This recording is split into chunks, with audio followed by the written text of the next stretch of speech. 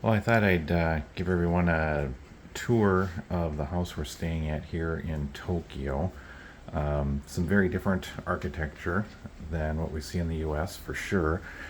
First thing I notice is their use of sliding doors is pretty extensive. A lot of space saving things going on here.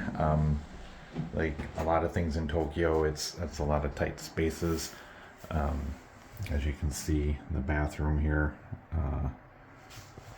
it's pretty tight, and even the bedrooms. It's basically wall to wall bed in here. There's no room even for my suitcase. So, fortunately, my wife is not with me on this leg of the trip. So I'm using the other half of the bed for my luggage rack. Um, the bathroom, very interesting experience. So the toilet is separate from the rest of the bathroom, and this is what I'm calling the shower room.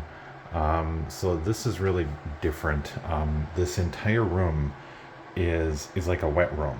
So you've got a standard tub here and what looks like a standard shower, but actually this whole area is integrated part of the shower. So you've got these shower controls here. Um, it took me a little while to figure out the hot water on this because unlike the US, where your your hot and your cold water is selected basically from the, the water faucet or the valve, you've got this extra little component over here.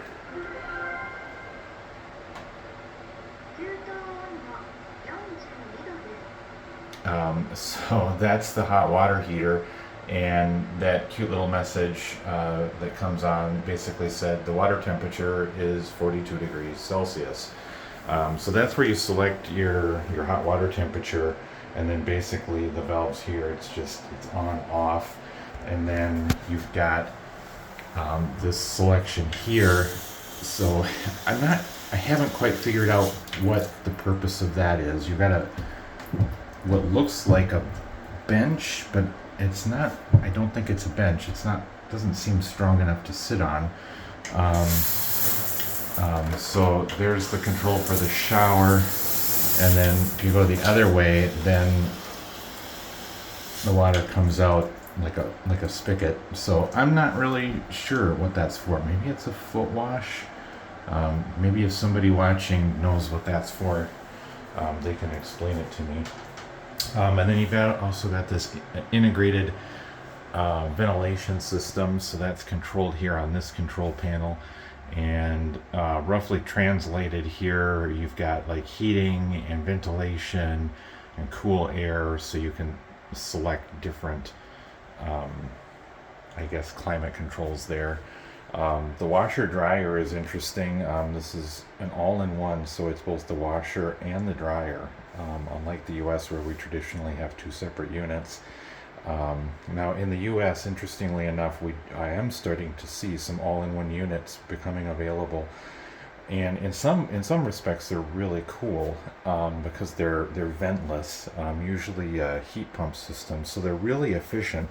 I mean, one of the things you can see here is just a standard 120 volt hookup, unlike an electric dryer, which would be a 240 like 50 amp hookup using a tremendous amount of electricity. This thing, um, I mean, based on the size of this power cord, this thing probably doesn't draw more than 10 amps, I would say, at the most. So it's obviously got to be using a heat pump, which I like. They're super efficient. They can be 400% efficient because they draw heat out of the air. And the cool thing about that too, if you look behind here, there's no vent.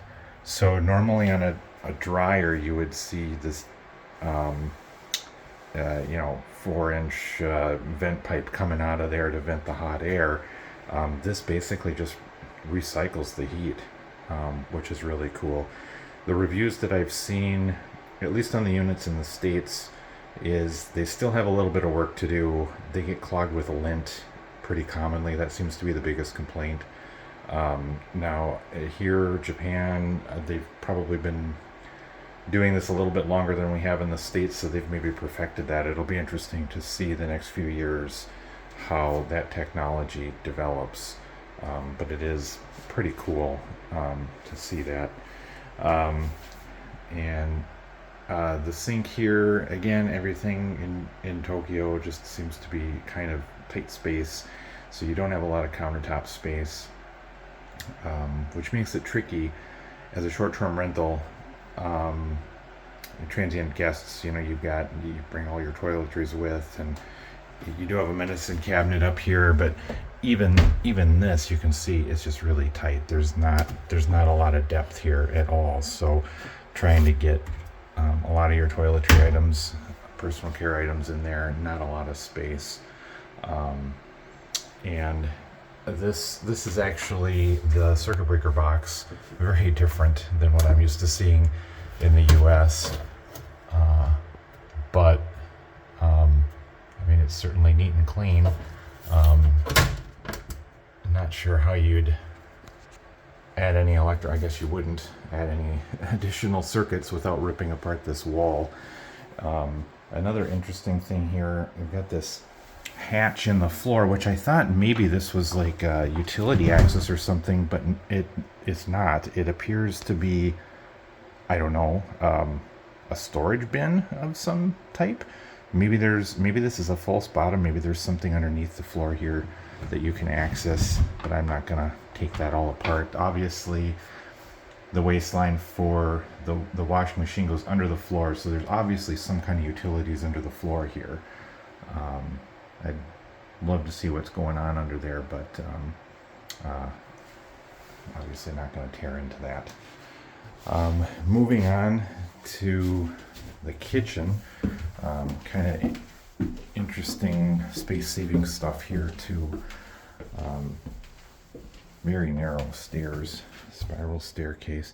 So as you can see, living room, dining room area, and the kitchen. Now, granted, this is probably kind of an efficiency unit, but I suspect this is pretty typical of what you'd find in a house anywhere in Tokyo. Everything is very, I'll say, efficient on space. And here again, the hot water. So normally with the sink, you would control the hot and the cold water right here from the faucet, but not the case here. We've got this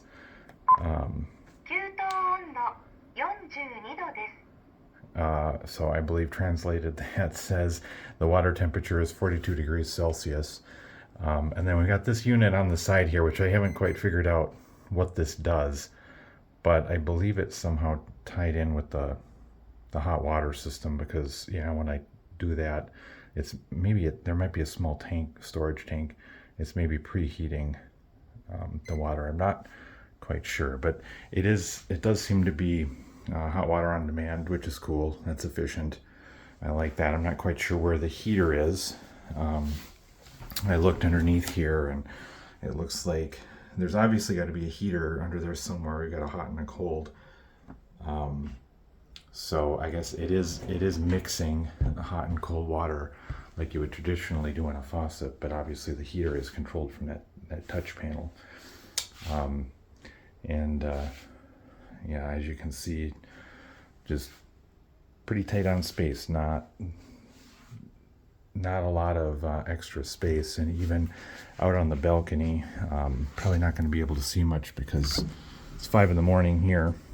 I think it's 2 in the afternoon in Minnesota right now, but I mean, as you can see, it's really tight. This balcony is only like 3 feet wide. The neighbor's house is very close by and very close together as well. So anyway, that is the tour of our house here in Tokyo. In a few days, we'll be heading south and getting out of the city a little bit. So it'll be interesting to compare the houses out there as compared to here in the city.